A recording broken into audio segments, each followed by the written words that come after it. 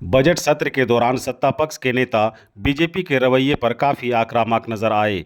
Jack paper leak मामले को higher education department के मंत्री सुदीप कुमार सोनू ने जहां अपोजिशन की साजिश करार दिया है, वहीं ग्रामीण विकास मंत्री दीपिका पांडे सिंह ने केंद्र के पास झारखंड के बकाया राशि पर कहा कि चलिए हमारी बातों पर भरोसा मत कीजिए, लेकिन क्या कोर्ट की बातें भी झूठी हैं। बकाया की बात करूं तो सिर्फ मनरेगा फंड का बकाया 500 करोड़ से अधिक है, कोयला मद में बकाया है सो अलग है। बताते चलें कि छठे झारखंड विधानसभा का यह पहला बजट सेशन है। सेशन के दौरान सत्ता पक्ष और विपक्ष के नेता विभिन्न मुद्दों पर एक दूसरे को घेरने के लिए कमर बस्ता हैं। समझा जाता है कि जैक पेपर लीक, मैया समान योजना, गैस सिलेंडर की कीमत आधा करने समेत अन्य जनहित से जुड़े मुद्दे सदन में बहस का मौजू बनेंगे। अब देखना दिलचस्प होगा कि सत्ता पक्ष अपोजिशन के सवालों से किस तरह निपटती है। फिलहाल सुनते हैं सदन में भाग लेने से पूर्व नेताओं ने क्या कुछ कहा। सवाल पूछना ही चाहिए। सिर्फ विपक्ष ही नहीं, हम लोग भी यही चाहते हैं कि जो दोषी हैं उन्हें कड़ी से कड़ी सजा मिले। मैया समान योजना को भी लेकर वो भी पैसा आएगा, क्यों चिंता कर रहे हैं। देखिए, आप लोग जानते हैं कि हमने चुनाव के पहले भी दिया, चुनाव के बाद भी हमारा जो कमिटमेंट था वो हम लोगों ने पूरा किया। लेकिन किसी प्रक्रिया में अगर गलत लोगों का नाम जुड़ गया है, नई योजना है, लोगों ने प्रयास किया कि गलत तरीके से नाम जोड़े, जांच चल रही है, जांच के बाद सब पैसा मिल जाएगा। बोल रहे कि झारखंड का कोई भी पैसा बकाया नहीं है, बरामद जो है खबरें जो है। भाई आप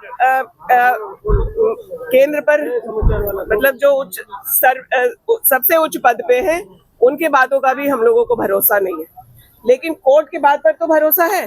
सुप्रीम कोर्ट ने कहा है कि झारखंड का बकाया पैसा दिया जाना चाहिए।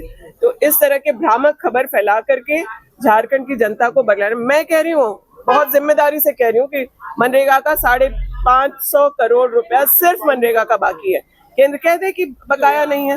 विधवा और वृद्धा पेंशन को भी लेकर सवाल उठे। जो 56 सीटों के समर्थन के साथ झारखंड की जनता की अपेक्षाओं पर खरा उतरने का हौसला लेकर आज हम लोग सदन में उपस्थित हो रहे हैं। और रह गया बात विधानसभा में हमारे प्रतिपक्ष के साथियों के लिए, ईश्वर से मेरी प्रार्थना है कि विधानसभा चुनाव में लगे हुए झटके के बाद मरणासन्न स्थिति की भाजपा को नेता प्रतिपक्ष का निर्णय कर लेना चाहिए। स्वस्थ लोकतंत्र के लिए नेता प्रतिपक्ष बहुत आवश्यक है। सर वो करे बाधित भी हो सकता है, बीजेपी वालों का कहना है बाधित भी हो सकता है। क्या सदन बाधित भी हो सकता है बीजेपी वालों का? सदन बाधित करने का फलाफल भारतीय जनता पार्टी ने देख लिया है। पिछले सत्र में जिस तरीके से लोकतंत्र की सदन की मर्यादा के साथ खिलवाड़ किया गया, जनता ने 25 से 21 सीट पर लाने का दंड दिया है। अगर इस बार भी उसी प्रवृत्ति के आलोक में जनता की सर्वोच्च जनाकांक्षाओं के सदन को चलाने में व्यवधान उपस्थापित करेंगे तो 11 से 21 से शायद 11 पहुंच जाएंगे। पेपर लीक के मामले निश्चित रूप से सरकार को बदनाम करने की कोशिशें हैं और इन कोशिशों का कोई फलाफल नहीं निकलेगा।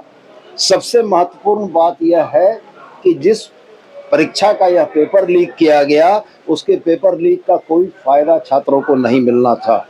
ये निश्चित रूप से विपक्षी दलों की साजिश है कि जैक की प्रतिष्ठा को धूमिल करने के लिए इस तरीके के काम किए जा रहे हैं।